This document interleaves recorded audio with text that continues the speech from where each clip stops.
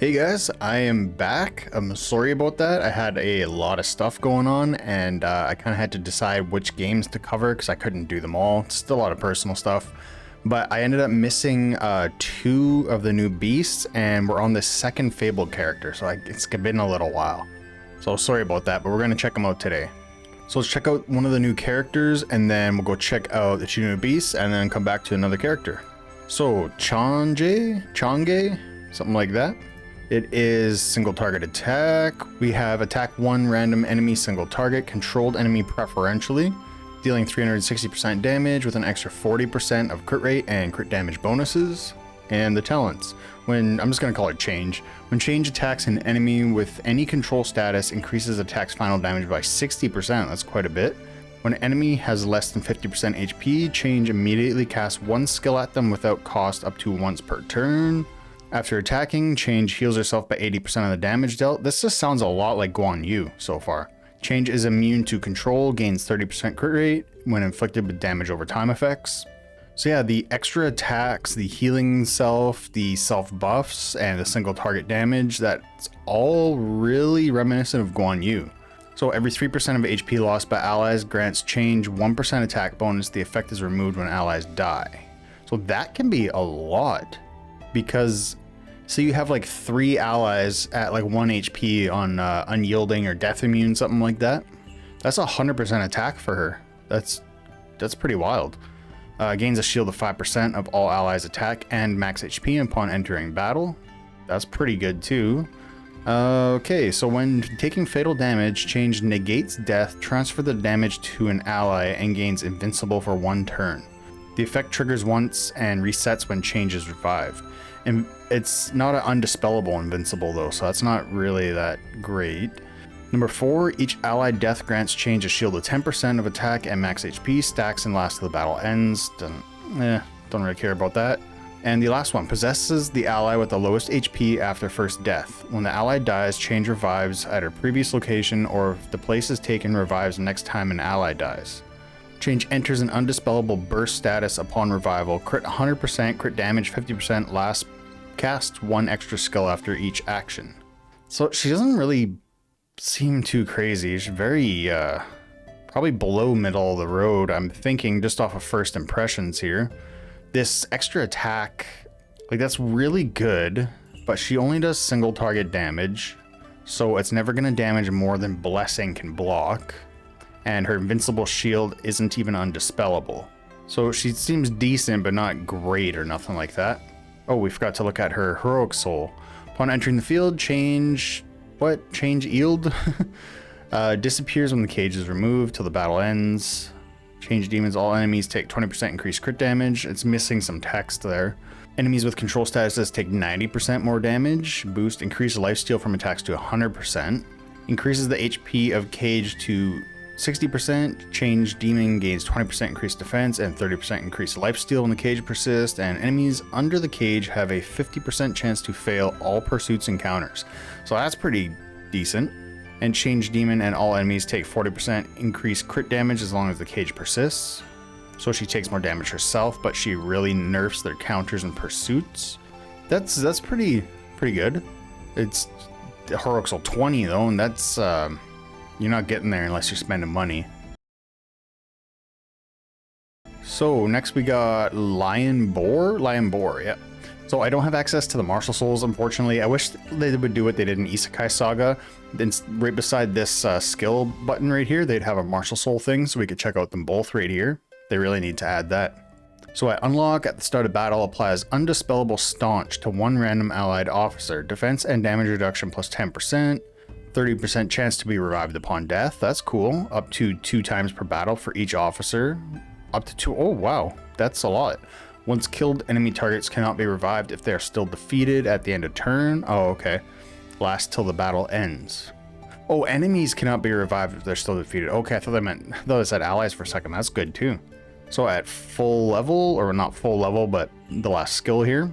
At the start of battle, applies Undispellable Staunch to all allied officers. Defense and damage reduction 25% boost, 40% chance to be revived upon death, up to 2 times per battle for each officer Once killed, enemy targets cannot be revived if they're still defeated at the end of the turn, last till the battle ends. So he seems okay, probably pretty good if you're, especially if you're running like a super tank team like with Yanluo. I've seen some teams that just run out the clock by surviving the whole battle, so nobody can beat them. Got the Thunder Ox next. At the start of odd numbered turn. Oh wait, let's go up here. Alright, unlock. At the start of odd numbered turns, Kui inflicts Thunder Strike on the enemy with the highest attack. Each skill cast has a 50% chance to fail. Wow.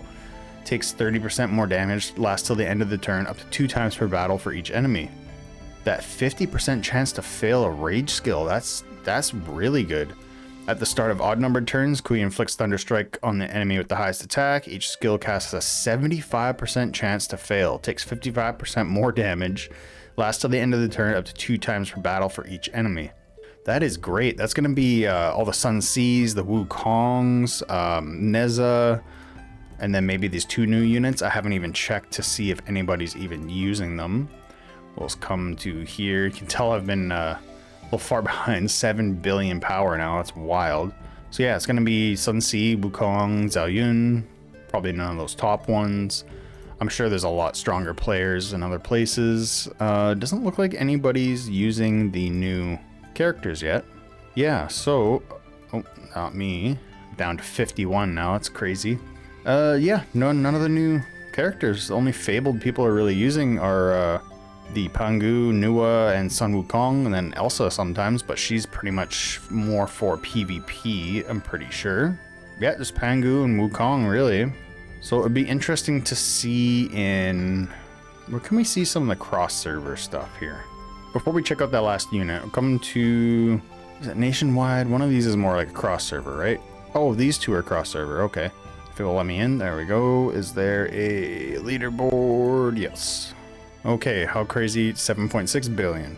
We got Nua, Elsa, Pangu, Sun Wukong, Neza. That's pretty much what I thought it would be. See this guy? No. Yeah, no, nobody's using the 2 new units at all. So I thought that other one was okay. Looks like crazy high damage, but like no real damage potential because Blessing's just gonna block all that single target crazy damage, right? It's kind of the same thing that happened to Ho Yi.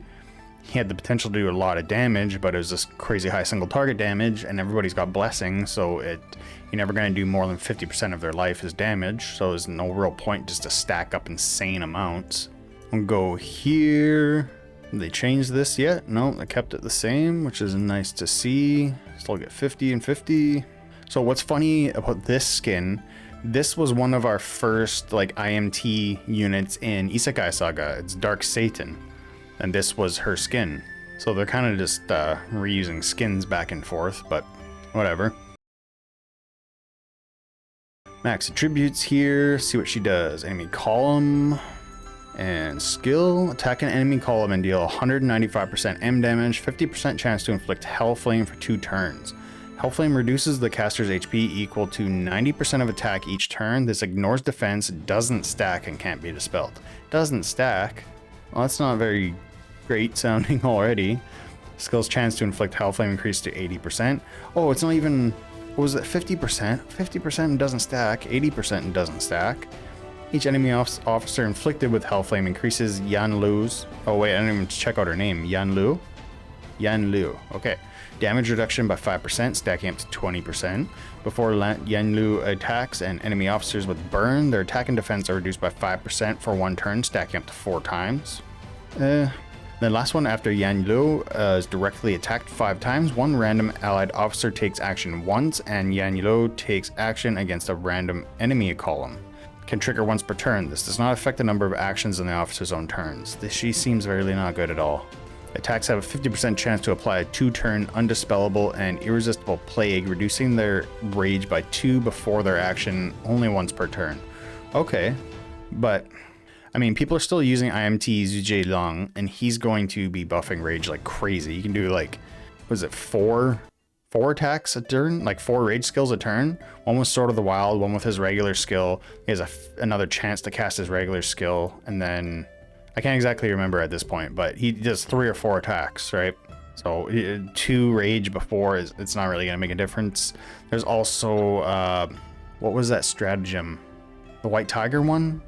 There's some stratagems, plus just Cao stratagem, and then we also have, was it Kilin, the new fabled beast, sacred beast. There's so many ways to get rage. Reducing rage by 2 isn't gonna do too much.